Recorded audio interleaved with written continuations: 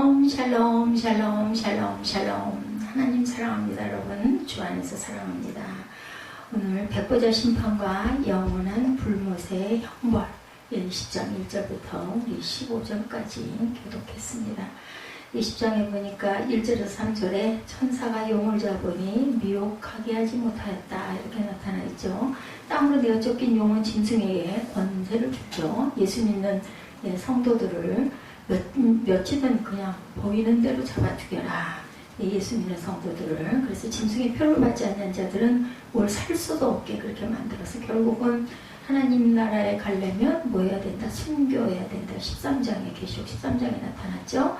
그러나 그 짐승이 잡혀 산채로 요한불못에 던져진 후에 19장 20절에 보면 하나님은 용, 옛뱀, 마귀, 사탄, 뱀은 사탄이죠. 잡아서 1000년 동안 결박해서 무저병에 가두고 다시는 만국을 미혹하지 못하게 하였다 이렇게 말씀하십니다. 옛뱀이요 마귀요 사탄 2절이죠. 창세기 3장 1절에서 6절에 뱀은 여호와 하나님이 지으신 들짐승 중에 가장 간교하니라. 하나님이 참으로 너에게 동산 모든 나무의 열매를 먹지 말라 하시더냐. 뱀이 이렇게 얘기하죠. 계시록 12장 9절에 큰 용이 되어 쫓기니 사탄이라. 계시록 16장 13, 14절에 더러운 용의 입과 짐승의 입과 거짓 선지자 입에서 나오는 그들은 귀신의 영이다. 히브리서 2장 14절에 죽음의 세력을 잡은 자 사탄이죠. 요한복음 10장 10절에 도둑이 오는 것은 도둑질하고 죽이고 멸망시키는 것입니다. 만국을 미혹한다고 합니다. 20장 3절에 마귀가 온 것은 하나님 백성을 죽이고 멸망시키려고 왔습니다. 지금도 마찬가지입니다. 요한복음 10장 10절에 그러나 직접 멸망시키지는 못하고 공중의 권세를 잡고 있으면서 믿음의 도를 미혹해서 하나님의 백성으로 불순종하게 만들어서 하나님께 멸망받게 하는 게 그게 마귀의 간교고 마귀의 계획이고 목표입니다. 시편 95편 10절에서 11절에 그들은 마음이 미혹된 백성이라 내 길을 알지 못한다. 그들은 내 안식에 당연히 들어오지 못하겠죠. 첫째 부활에 참여하는 자들 6절에 이들은 1000년 동안 그리스도와 더불어 왕노릇하게 되며 둘째 사망이 절대 그들을 다스리지 못한다. 예수를 증언하고 하나님의 말씀 때문에 목배물 당한 자들의 그 영혼들은 순교자들의 영혼은 하나님이 절대로 이 마귀가 미혹하지 못하게 합니다. 계시록 6장 9절에 하나님의 말씀과 그들이 가진 증거로 말미암아 죽임을 당한 영혼들, 하나님의 공의로운 심판의 표를 가진 자들, 데살로니가 후서 1장 4절에서 7절에 너희가 견디고 있는 모든 박해와 환난 중에 너희 인내와 믿음으로 말미암아 우리가 친히 사랑하노라. 이는 하나님의 공의로운 심판의 표요 너희로 하여금 하나님의 나라에 합당한 자로 여김을 받게 하려고 이렇게 했다라고 말씀합니다. 짐승과 그 우성에게 경배하지 아니하고 이마의 손에 그의 표를 받지 아니한 자들은 13장 14절에서 18절에 짐승의 우성에게 경배하지 아니하는 자 몇이든 다 죽이더라. 누구든지 이 표를 가진 자 외에는 매매를 못하게 하니 이 표는 곧 짐승의 이름이니 그 이름의 수다 이렇게 나타납니다. 천년이 참에 사탄이 그 옥에서 노임을 잠깐 받죠. 사탄은 무적행에 1000년 동안 갇혔다가 1000년 타면 반드시 잠깐 놓이는데 이때 땅의 사방 백성을 미혹해서 성도들과 싸움을 붙입니다. 이것이 1000년 왕국의 비밀이고 이 모든 사역이 끝난 후에 하나님은 마귀를 무한 불못에 던져서 세세토록 고난을 받게 하신다라고 본문에 증거하고 있습니다. 이런 내용이 계시록 20장에 나와 있는 중요한 부분들이죠. 사단의 하수인 되었던 짐승과 음녀 바벨론의 심판에 이어서 사단과 그 졸개들에 대한 심판이 10장에 나타났습니다. 그 후 천년왕국의 축복이 성도들에게 주어지죠. 이어서 전 인류에 대한 최후의 심판에 대해서 본질을 다루고 갑니다. 여기서 신앙과 불신앙, 선과 악의 오랜 싸움은 이제 끝을 냅니다. 이후에는 영생과 영벌이라는 대조적 보상만 남게 됩니다. 우리는 보상받았다 하면 뭔가 좋은 거를 받는다라고 생각을 합니다. 아유, 그저 그렇게 해서 보상받았대. 근데 여기서 보면 영생과 영벌이라는 보상, 영벌이라는 건 보상이 아니라 아주 참혹한 사망이죠. 1절에서 6절이죠. 사단의 결박과 천년왕국에 대해서 요한이 바라보니 천사가 무적경 열쇠와 큰 사슬을 구성해가지고 하늘로부터 내려옵니다. 그리고 천사는 용을 잡았는데 용은 뭐라고요? 뱀이다. 사단이다. 그 사단을 1000년 동안 결박해서 어디에 무저경에 던져 잠그게 되고 이 사건이 두 가지의 중요한 점을 보여주는데 하나는 사단의 결박, 둘째는 천년왕국. 그죠? 먼저 사단이 무적용석에 결박되는 것은 임시적으로 잠깐 결박해서 묶어놓죠. 1000년이 지나고 나면 다시 결박에서 노연하고 10절에 나타난 불과 유황못이야말로 사단에 대한 최후적인 심판의 장소, 그리고 이 사단의 결박과 이어지는 천년 왕국에 대해서 아주 여러 가지 해석이 있지만 가장 건전하다고 인정되는 역사적 전천년설, 무천년설, 그 심판하시기 전에 1000년 동안 왕으로 타는 부분이 나타납니다. 무천년은 1000년이 없다 이렇게 얘기하는 무천년설. 역사적 전천년설에 의하면 사단의 결박과 천년왕국은 역사의 끝무렵에 실제로 일어나게 될 사건이다 이렇게 봅니다. 사단은 예수님의 재림하신 후에 그를 위해서 준비된 임시 처소인 무적용 속에 1000년 동안 갇힐 것이라. 이게 전천년설이에요. 1000년이 지난 후에 잠시 놓인다는 것은 백보자 심판이 있기 전에 곡과 마곡에서의 싸움을 위해서 사단이 일시적으로 놓는 것, 3절에 나타나 있죠. 반면에 무천년설은요, 사단이 무적행에 갇혔다는 것은 그리스도의 십자가의 사역으로 사단이 치명상을 입어서 그 활동이 제한된다는 것을 뜻하고, 천년의 기간은 상징적인 것이다. 그리고 그리스도의 초림부터 재림까지의 충분한 기간이다 이렇게 이야기합니다. 그러니까 천년이라는 건 없다는 거죠. 전천년설은 예수가 그리스도가 오시기 전에 1000년 동안 공중에 우리가 들려 올라가고 혼인잔치를 하고, 그것에서 사탄은 무적행에 1000년 동안 갇히고 우리는 혼인잔치를 한다, 이런 이야기가 바로 전천년설. 이 무천년설에 의하면, 무천년설은 천년이라는 건 상징적이다 이런 거죠.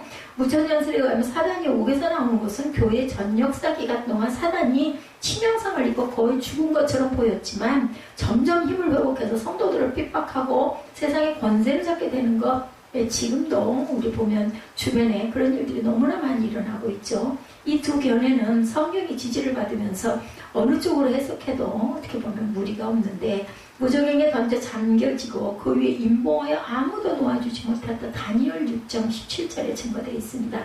다니엘도 이런 부분을 본 거예요. 기도하는 도중에 돌을 굴려다가 불오기에 막매 왕이 그의 도장과 귀족들의 도장으로 봉하였으니 이는 다니엘에 대한 조치를 고치지 못하게 하려 함이었더라. 용은 뱀이고 사단이죠. 계시록 10장 9절에 큰 용이 내쫓기니 뱀 곧 마귀라고도 하고 사탄이라고도 하며 온 천하를 꿰는 자라. 그가 땅으로 내쫓기니 그의 사자들도 그와 함께 내쫓기죠. 당연히 그 패거리들은 다 내쫓기겠죠. 천년왕국에 대해서 주요한 두 가지 견해는 다음과 같습니다. 먼저 전천년설의 천년왕국이 있죠. 역사적 전천년설에서 주장하는 성도들의 왕노릇은 예수님이 재림하신 후에 건설하신 천년왕국에서 실제로 성도들이 주님과 함께 왕노릇한다. 계시록 20장 4절과 6절에 나와 있죠. 그리고 첫째 부활, 계시록 20장 5절, 오늘 5절 6절에 그리스도의 재림 때 신실한 성도들이 먼저 육체적으로 부활해서 그리스도의 천년왕국에 참여하는 것을 의미합니다. 그리고 첫째 부활, 그 5절 6절의 이야기는 그리스도의 재림 때 신실한 성도들이 먼저 부활해서 그리스도의 천년왕국에 참여하는 것을 얘기하죠. 그래서 이 입장에 의하면 곡과 마곡의 전투는 천년왕국이 지난 후에 최후의 심판 직전에 사단과 그 졸개들이 하나님을 대적해서 최후의 발악을 하는 전쟁이다. 오늘 본문에서 우리 함께 읽었습니다. 아마겟돈 전쟁과는 다른 전쟁을 뜻한 것이다. 그리고 둘째 사망, 오늘 11절에서 14절이죠. 채째 부활 때 일어나지 못한 불신자들이 천년 왕국 후에 육체적으로 부활해서 최후 심판을 거쳐서 영원한 영벌, 형벌 안으로 들어갑니다.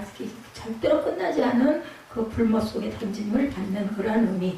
아마겟돈 전쟁은 다른 전쟁을 뜻하죠. 그리고 둘째 사망은 첫째 부활 때 일어나지 못한 불신자들. 반면에 무천년설에 의하면 주님과 함께하는 왕노릇은 믿는 성도들이 죽은 후에 하늘나라에서 그리스도와 더불어 왕노릇하고 있으며 신약 성도들이 복음의 그 깊은 의미를 이제는 권세로 세상을 정복하며 그리스도의 영광에 동참하는 것을 가리킨다. 그래서 첫째 부활이라고 5절에 나타난 죄로 죽은 영혼들의 구원과 성도들이 죽어 육체로부터 해방되는 것을 가리킨다. 따라서 신약시대 내내 계속적으로 이루어지는 영적 새 생명의 탄생과 죽어서 하나님의 품에 들어가는 것을 가리키는 것이다. 이 입장에서 가면 곡과 마곡의 전쟁은 아마겟돈 전쟁의 다른 표현일 뿐이다. 이렇게 얘기합니다. 이 전쟁은 그리스도의 재림 때 이미 명백히 판가름이 난 그리스도와 사단의 싸움을 가리킨다. 계시록이 이렇게 뭐 무천년설이다, 전천년설이다 이런 이야기로 해석을 하고 어떤 것이 옳을지는 모르지만이라고 하는 건 왜 그래요? 계시록의 일들이 아직 일어나지 않았기 때문입니다. 다른 건 구약은 전부 다 있었던 일, 지나간 일, 역사, 우리가 확실하게 아는 것들이 기록되어 있기 때문에 확신을 하는데 계시록은 아직 마지막 그 심판의 때가 오질 않았기 때문에 이런 것들을 상징적으로 생각하는 것이다, 아니면 실제로 일어날 일이다. 왜냐면은 그죠, 요한은 그 모습을 봤기 때문에 그렇게 그대로 그 기록을 해놨는데 우리들이 그것을 볼 때 해석이 이렇게 분분하게 여러 가지인 것은 아직 일어나지 않았기 때문에. 둘째, 사망은 그리스도의 재림 때 모든 사람이 육체적으로 부활해서 하나님의 보좌에서 심판을 받고 영생과 영벌로 구별되는 것을 의미한다. 14절이죠. 그리스도인의 왕노릇이 예언된 부분이 계시록 5장 10절에도 있습니다. 그들로 우리 하나님 앞에서 나라와 제사장들을 삼으셨으니 그들이 땅에서 왕노릇 하리로다 예하더라, 이렇게 증거되어 있습니다. 왕노릇은 그리스도와 더불어 하게 된다. 마태복음 19장 28절이죠. 예수께서 이르시되 내가 진실로 너희 이루느니 세상이 새롭게 되어 인자가 자기 영광의 보좌에 앉을 때 나를 따르는 너희도 12보좌에 앉아 이스라엘 12지파를 심판하리라. 왕노릇 한다는 거죠. 심판을 하는 일을 하고 있으니까. 사단과 인류에 대한 심판에 대해서 7절에서 10절에 나타나 있습니다. 사단의 심판. 그리스도의 재림 때는 분명하고 치유적인 사단과의 전쟁이 있다고 그러죠. 8절에 이 전쟁에 대해 곡과 마곡의 전쟁이라는 이름이 붙어있는 것은 이렇게 증거하죠. 곡과 마곡이 이스라엘 동북부에 자리 잡은 강대국이에요. 이스라엘 백성들에게 궁극적으로 환난을 가져올 민족이라고 알려져 있습니다. 이 전쟁을 각 입장에 따라서 아마겟돈 전쟁과 같이 보거나 동일하다 무천년설에서 이렇게 얘기하죠. 또한 천천년설에는 다르다라고 얘기합니다. 관계없이 그리스도와 사단과의 마지막 전쟁이 되는 것은 틀림이 없다. 어떤 전천년설이든 후천년설이든 마지막 전쟁, 이 전쟁에서 그리스도는 당연히 최후적인 승리를 거둘 것이고 사단은 완전히 패배를 경험하게 됩니다. 그러므로 이 곡과 마곡의 전쟁의 중요한 의미는 사단에 대한 하나님의 심판이다, 이렇게 보시면 됩니다.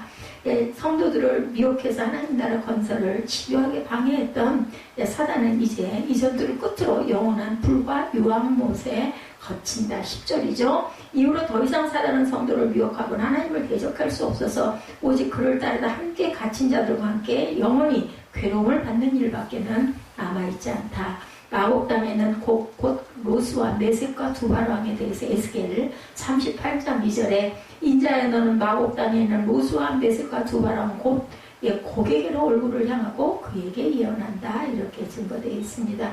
그러니까는 곡은 사람을 얘기하죠. 너는 마곡 땅, 마곡은 땅입니다. 로스와 메섹과 두발왕 곧 고객으로 얼굴을 향하고 그에게 예언하였다. 마곡은 노아의 손자고 야벳의 아들이 이름이었다고 창세기 10장 2절에 증거합니다. 야벳의 아들은 고멜과 마곡과 마대와 야왕과 두발과 메덱과 다리스다, 이렇게 증거되어 있습니다. 아마겟돈 전쟁에 대해서 계시록 16장 16절에 새 영이 히브리어로 아마겟돈이라는 곳으로 왕들을 모으더라, 이렇게 증거되어 있습니다. 그래서 인류에 대한 심판이 11절에서 15절에 마지막으로 나타나죠. 사단에 대한 심판 이후에 요한이 본 환상은 흰보좌 위에 하나님이 전 인류를 대상으로 심판하는 장면이 11절에 나타납니다. 죽은 자들까지 예외 없이 모든 사람이 하나님의 보좌 앞에 서서 자기 행위를 따라 심판을 받는다. 12절에 증거되어 있죠. 그 심판의 근거는 뭐예요? 생명책이다. 생명책에 기록되지 못한 자들은 불못에 던져져서 사단과 함께 영원히 형벌을 받는다. 13, 4절입니다. 의와 공평이 하나님의 보좌의 기초다. 시편 97편 2절에 구름과 흑암이 그를 둘렀고 의와 공평이 그의 보좌의 기초로다, 이렇게 말씀합니다. 그리스도의 심판에 대해서 계시록 17장 14절에 그들이 어린 양과 더불어 싸우려니와 어린 양은 만주의 주시오 만왕의 왕이시므로 그들을 이기실 터이요 또 그와 함께 있는 자들 곧 부르심을 받고 택하심을 받은 진실한 자들도 이기리로다, 이렇게 증거되어 있습니다.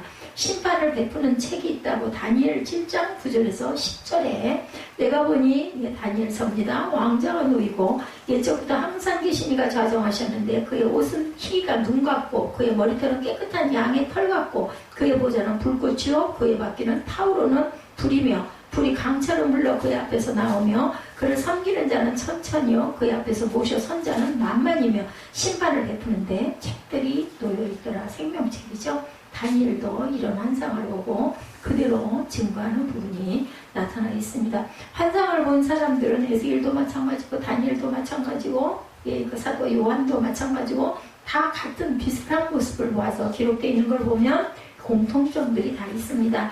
그래서 최후의 심판에 대한 환상이 기록된 20장은 우리 성도들의 삶에 대해서 교훈을 하고 있습니다.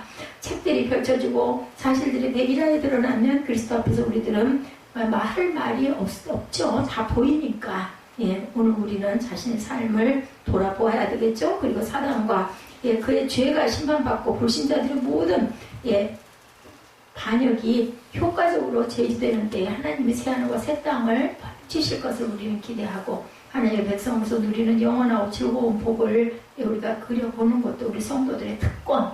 우리는 세상에서 정말 어떻게 보면 어리석게, 어떻게 보면 바보같이 또 예수를 따르고 또한 세상의 질시를 받기도 하고 눈총을 받기도 하고 또 우리 선진들은 죽음을 당하기도 하고 했지만 이제는 그것이 바로 우리의 특권이 될 것이다.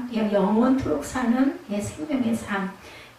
사탄은 지금 천사에 의해서 결박돼서 무적행에 던짐을 당한 후에 1000년 동안 감금되어 있습니다. 오늘 우연히 잠깐 누구와 통화할 일이 있었는데 사망과 심판, 우리의 영원한 생명, 하나님이 그리스도가 주셨고 땅에서 사나 우리가 천국에 가나 우리는 어디에 있든 정말 아무 상관이 없다. 우리는 하늘에 가면 더 좋은 영생이 있다라는 이야기를 했더니 그분이 장로교 다니는 분인데 저한테 저는 그런 말을 처음 들어봅니다 라고 얘기를 제가 깜짝 놀랐어요. 그래서 예수를 믿는 이유가 십자가 아래서 우리가 부활과 영생 두 가지, 구원 그리고 부활 그리고 영생, 그게 우리 십자가의 도고 우리 크리스찬들이 가지고 있는 기독교관이 아니냐라고 얘기를 했는데 이해할 수가 없더라고요.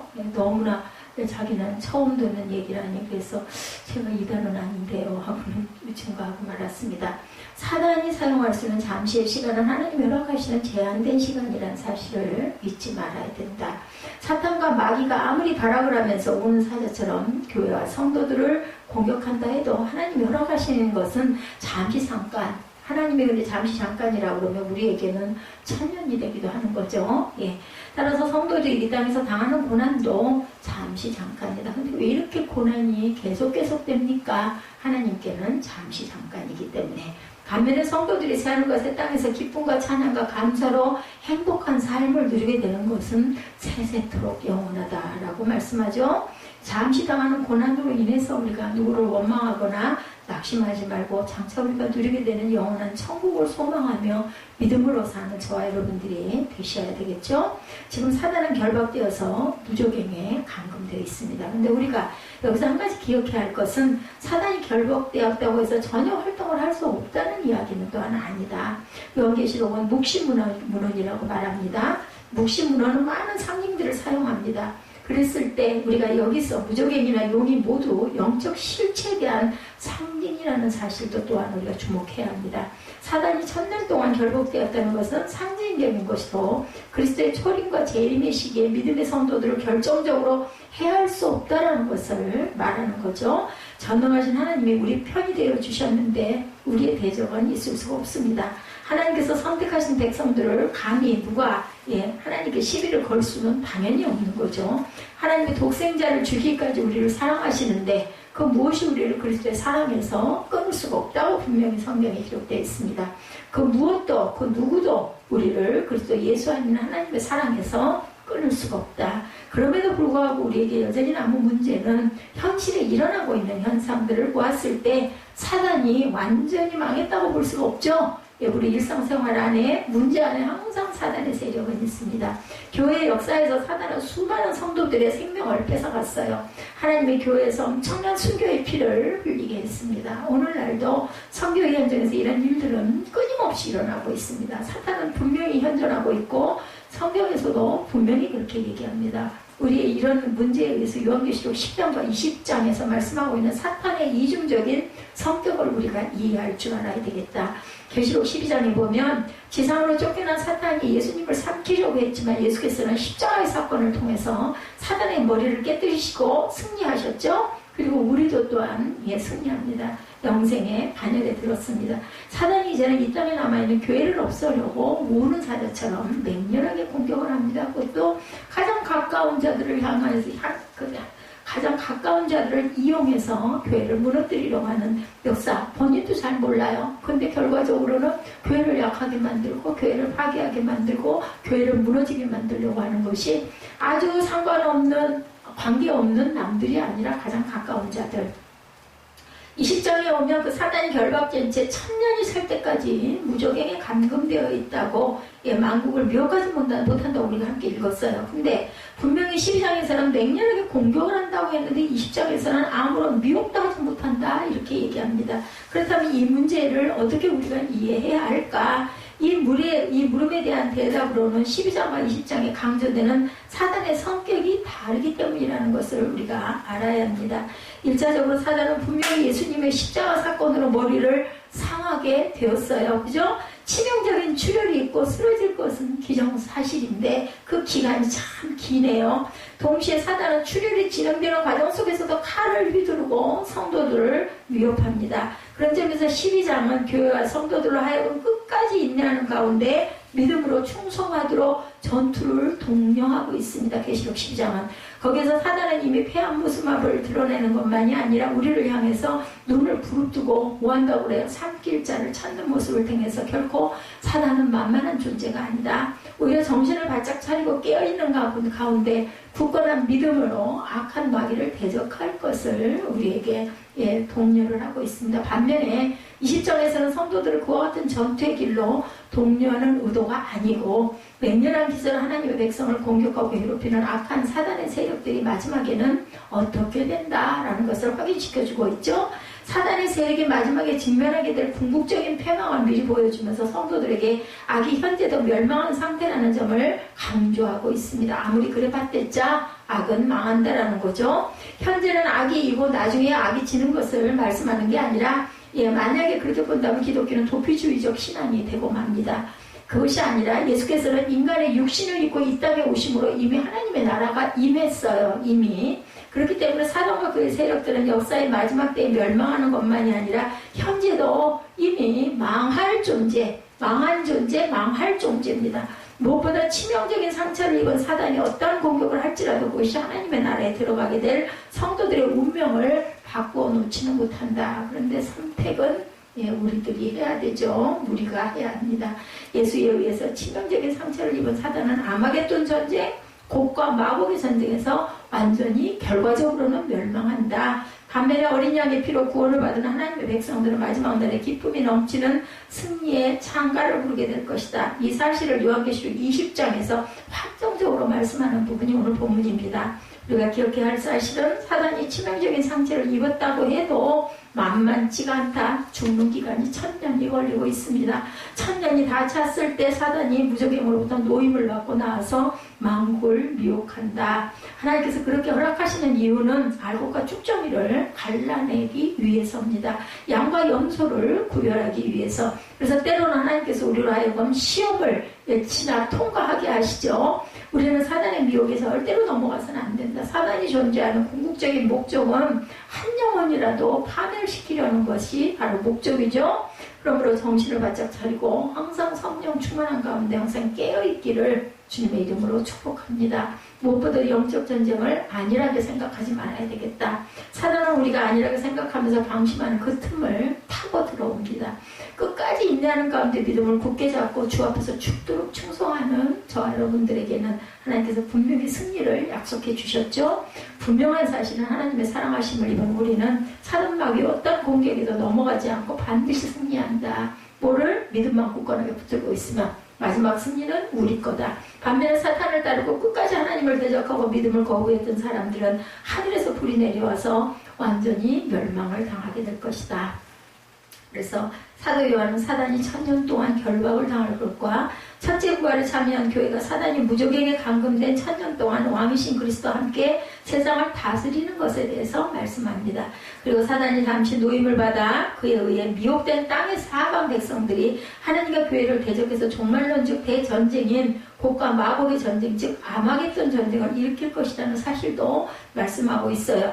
그러나 마지막 때 전쟁을 일으켰던 마귀와 적그리스도와 거짓 선지자와 사탄이 예수 그리스도의 입에서 나오는 검과 하늘의 불로 말미암아 태워지고 불과 유한 곳에 던져져 세세토록 밤낮 괴로움을 받는다. 결론은 이렇게 될 것이다. 이제 모든 죄악과 질고의 원천이었던 사단이 영원한 형벌에 내던져짐으로 현재의 부패하고 타락한 우주 전체가 붕괴되면서 끝이 난다는 것. 그러나 아직도 완전히 끝난 것은 아니다. 새하늘과 새 땅의 신천지가 새롭게 조성되지 않은 상태에서 마지막 단계가 아직 남아있다. 그것은 바로 지금까지 오고 오는 역사에서 존재했던 모든 사람이 하나님 앞에서 심판을 받아야 한다는 사실이 마지막에 남아진 과제죠. 그 내용이 오늘 우리가 살펴보기에는 백보자 심판입니다. 본문 11절 같이 읽습니다. 또 내가 크고 흰 보좌와 그 위에 앉으신 이를 보니 땅과 하늘이 그 앞에 파하여 간 데가 없더라.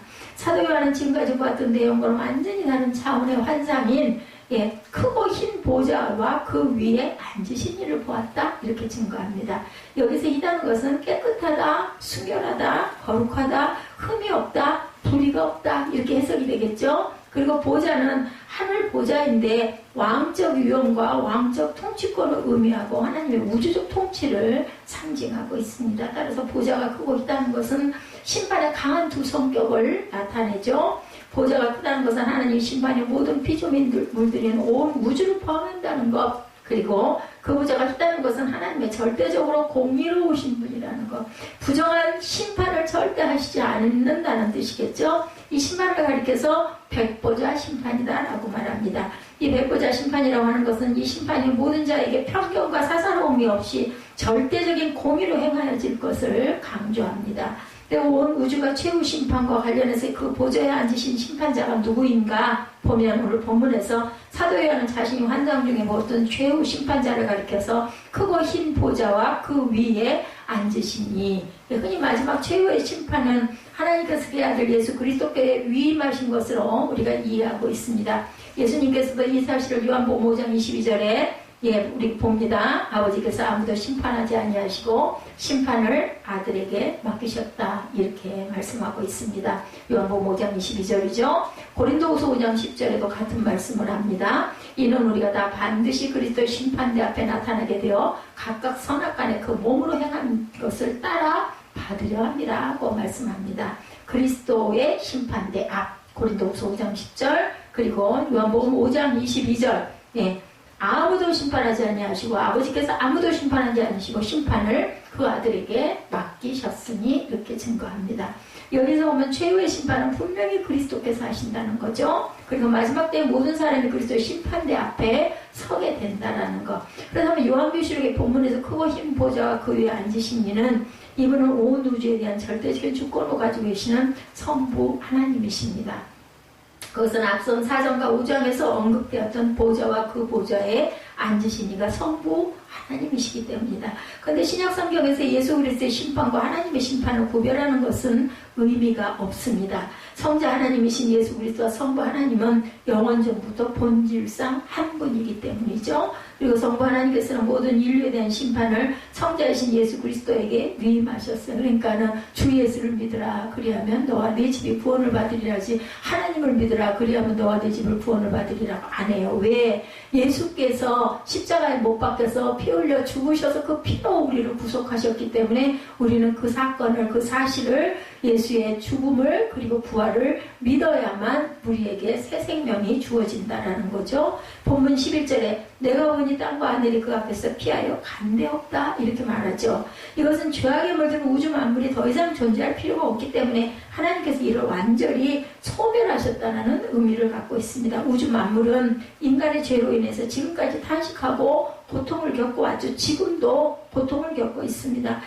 우주 만물이 소망하는 것은 썩어짐의 종로로 탄 데서 해방되는, 완전히 새롭게 되는 것을 원하고 있겠죠. 따라서 장차 우주 만물이 새롭게 되기 위해서 타락하고 부패한 질서가 당연히 깨어져야 되죠. 그 순간이 와야 되고 올 것입니다. 그래서 요한은 땅과 하늘이 그 앞에서 피하여 간 데 없더라 라고 증거합니다. 하나님의 심판으로 이 세상에 마침내 종말을 고하게 될 사실을 보여주고 있죠.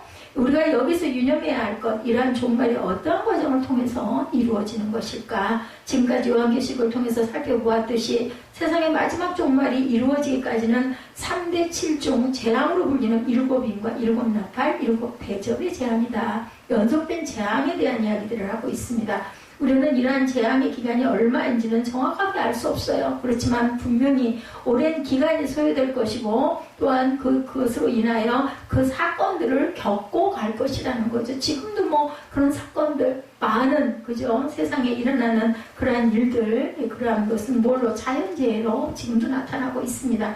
이런 재앙 후에는 큰 음료 바벨론으로 상징되는 현재 세속 문명이 멸망하는 일이 이루어질 것이고 예수 그리스도의 재림과 아마겟돈 전쟁으로 인한 사탄 세력의 멸망이 앞으로 일어날 것이다. 이후에 비로소 타락하고 부패가 된 이 세상, 현재의 세상이 완전히 소멸함으로 마침내 세상의 종말을 고하게 될 것이다. 이러한 사실을 보여주는 것은 세상의 종말이 어느 날 갑자기 찾아오는 게 아니고 오랜 세월을 거쳐서 단계적으로 진행될 것이다. 물론 종말 자체는 우리가 알지 못하는데 한순간에 이루어지겠지만 종말적 그 결정적인 종말이 오기까지는 오랜 세월이 걸릴 것이다. 그게 얼마나 될지는 누구만 아버지만 아신다고 그러셨죠. 그래서 천년을 활과 같이 참으시고 많은 영혼이 주께 돌아와 구원받기를 원하시는 하나님 아버지 뜻이에요. 악한 자라도 한 명이라도 건지시기를 원하죠. 그럼에도 불구하고 성도들 가운데서조차 세상의 종말이 이루어지지 않을 것으로 오해하는 사람들이 있습니다. 이들은 예수님의 생로를 종말을 예고하신 오랜 세월이 흘렀음에도 불구하고 아직까지 종말이 이루어지지 않은 걸 보고 예수님의 종말에 대한 말씀이나 성경의 예언을 그들은 의심합니다. 심지어는 아예 세상의 종말은 없다고 얘기하는 사람도 있어요. 그러나 세상의 종말은 하나님이 작정하신 단계에 의해서 서서히 이루어질 것입니다. 성경이 그렇게 증거하고 있기 때문이죠. 어느 순간 그 종말을 향해서 지금도 나아가고 있다는 것을 우리는 성경을 통해서 다시 한번 확인합니다. 현재 우리가 세상의 종말이 어느 정도 다가왔는지 우리는 몰라요. 그죠? 다만 주님께서 말씀하신 종말의 징조를 볼 때 그날 상당히 가까이 오고 있지 않을까. 우리 때는 아니라 할지라도 우리 다음 때는 아니라 할지라도 분명히 그쪽을 향해서 달려가고 있습니다. 현 세상이 종말을 향하여 나아가고 있다는 점에서 이미 세상의 종말은 시작되었다라고 볼 수가 있겠죠. 그리스도의 초림으로 이 세상의 종말은 이미 시작된 거예요. 그리고 이렇게 시작된 세상의 종말은 그리스도께서 재림하실 때 결정적으로 이루어질 것이고 그렇기 때문에 우리는 당장 세상의 종말이 오지 않는다 해서 조급한 마음을 가질 필요도 없습니다. 어쩌면 세상의 종말이 우리 생애 중에 당연히 일어나지 않을 수도 있어요. 우리는 다만 하나님의 계획과 섭리를 믿고 이 세상의 종말을 향하여 달려가고 있다는 부분을 그 징조들을 통해서 끝까지 인내하며 믿음을 갖고 살아야 되겠죠. 마귀의 종말을 기다릴 것이 아니라 당장 세상의 종말이 온다 할지라도 당당하게 그것을 맞이할 수 있는 깨어서 준비하며 경건하게 하루하루를 살아가는 삶을 저희가 살면 됩니다. 종말을 대비하며 살아가는 사람의 그날은 기쁨이 가득한 복된 날이 될 것이고 반면에 세상의 종말을 의식하지 않고 자기 멋대로 방종하며 산 사람들은 그날에 슬피 울며 이를 가는 저주의 날이 될 것이다. 그렇다면 하나님의 심판하시는 백보자 심판대 앞에 설 사람은 13절을 보면 바다가 그 가운데 죽은 자들을 내주고 사망과 음부도 그 가운데서 죽은 자들을 내주매 각 사람이 자기 행위대로 심판을 받고 이렇게 증거되어 있죠. 13절에 바다에서 죽었던 자들이 나오죠. 본문에서 사망은 죽음을 상징하는 것이고 음부는 사람이 죽고 나서 일시적으로 가는 중간의 징검다리입니다. 특히 성경에서는 무덤과 비슷한 말로 쓰이죠. 무조개물. 사람들이 음부에서도 나오고 바다에서도 나온다 이렇게 증거되어 있네요. 이 본문에 보면 이 땅에 살다 어떻게 죽었든 무덤이든 그리고 어디든 상어의 밥이 되었든 바다에서 그죠? 화재로 흔적도 없이 사라졌던 본문에서 죽은 자를 내주고 라고 해서 어디에든지 간에 죽었던 사람들을 다 내준다라는 뜻을 갖고 있습니다. 주님이 이 땅에 오셔서 심판하시는 날 태초 이래로 죽어서 티끌이 된 모든 사람이 다 부활해서 하나님의 심판대 앞에 선다. 여기서 믿음의 성도들도 결코 당연히 예외가 아니죠. 12절에 큰 자나 작은 자나 그 보좌 앞에 서 있다라고 말합니다. 백보자 심판대 앞에는 불신자들만이 아니라 성도들도 선다는 거예요. 이 사실에 대해서 히브리서 기자도 9장 27절에서 분명하게 증거합니다. 한 번 죽는 것은 사람에게 정해진 것이요 그 후에는 심판이 있으리니. 모든 사람이 다 하나님의 공의로운 심판대 앞에 섭니다. 결코 예외는 누구에게도 없습니다. 신자와 불신자가 받게 될 심판의 기준이 그런데 다르죠. 12절을 통해서 확인하는데 오늘 본문 12절을 봅니다. 내가 보니 죽은 자들이 큰 자나 작은 자나 그 보좌 앞에 서 있는데 책들이 펴있고 또 다른 책을 펴줬으니 곧 생명책이라 죽은 자들이 자기 행위를 따라 책들에 기록된 대로 심판을 받으니. 여기서 보면 책들이 펴져 있고 다른 책이 펼쳐져 있는데 곧 생명책이다. 그리고 죽은 자들이 자기 행위를 따라 책들에 기록된 대로 심판을 받는다. 13절에도 각 사람이 자기 행위대로 심판을 받고 이렇게 증거합니다. 여기서 백보자 앞에 펼쳐진 두 종류의 책이 나타나죠. 오늘 본문에 보니 하나는 행위를 기록해 놓은 책들이에요. 그러니까 하나님께서 사람들의 모든 행위를 기록해 놓은 책이라는 이야기입니다. 그 행위는 단순한 행위만을 말하는 게 아니라 동기와 마음속의 생각, 입에서 나오는 무익한 말까지 전부 다 기록되어 있다. 그리고 그 책들이 기록된 행위대로 심판을 받는다. 여기서 자기의 행위대로 심판을 받게 될 대상은 끝까지 하나님을 거부하고 우상을 숭배하고 사단과 적그리스도를 따랐던 사람들입니다. 그런 점에서 이들의 부활은 세세토록 지옥에서 고통을 받아야 할 무서운 심판의 부활이 될 것이죠. 백보자 앞에 펼쳐진 또 다른 책, 그것은 생명책. 그러니까 자기의 행위대로 고통을 받아야 되는 심판을 받는 심판의 책과 또 하나는 생명책. 보면 행위에 따라서 심판을 받는다는 것을 우리가 생각해 볼 때 절대적으로 공의로우시고 거룩하신 하나님께서 모든 사람의 행위를 달아보신다면 살아남을 수 있는 사람은 아무도 없습니다. 아무도 없어요. 근데 믿음의 성도들에게 소망이 있는 것이 백보자 앞에서도 두려워하지 않을 이유는 바로 어린 양의 생명책. 어린 양이 피공로를 의지하고 끝까지 인내하며 믿음으로 살았던 사람들은 어린 양의 생명책에 이름이 기록되어 있기 때문이다. 부패하고 타락한 인간은 스스로 거룩함이 없고 당연히 깨끗함도 없습니다. 의롭다 칭함을 받았지 의로운 자가 없죠. 완벽하게 의로우신 예수께서 십자가에서 우리의 죄의 문제를 깨끗하게 해결해 주셨기 때문에, 그래서 우리가 예수를 믿는 순간에 의롭다 칭함을 받았다 확정됐어요. 판결이 내려졌습니다. 저와 여러분들은 예수를 믿는 믿음으로 인해서 사망에서 생명으로 옮겨지고 어둠에서 빛으로 사단의 영역에서 그리스도의 영역으로 옮겨졌다. 그래서 양자되었다 이렇게 얘기하죠. 그래서 우리에게는 누구의 피? 지저스의 피가 흐른다. 예수 그리스도를 구주로 믿는 순간부터 사단의 나라에서 천국으로 넘어온 사람들이다. 그렇기 때문에 저와 여러분들은 지옥에 가는 심판을 받지는 않습니다. 그런 심판은 성경에 없습니다. 예수 믿는 사람이 지옥에 간다는 말은 성경에 없어요. 예수님이 이루신 구원은 완벽하고 거기에는 흔들림이 없습니다. 예수를 정말로 믿었는가에는 중요하죠. 지난번에 이동 목사님 그러시죠? 당신 구원받았습니까? 정말로 구원받았습니까? 정말입니까? 3번, 4번 물어보다 보면 그 말이 흐려진다고 그러죠. 상대방들이. 이런 것처럼 우리 하나님은 판결을 내리셨다가 그 다음에 다시 그것을 취소하는 분은 절대 아니다. 한 번 판결하시면 취소는 없습니다. 그렇기 때문에 저와 여러분 예수 믿는 순간 예수 그리스도의 의를 덧입어서 하나님의 의로운 자녀가 됐죠.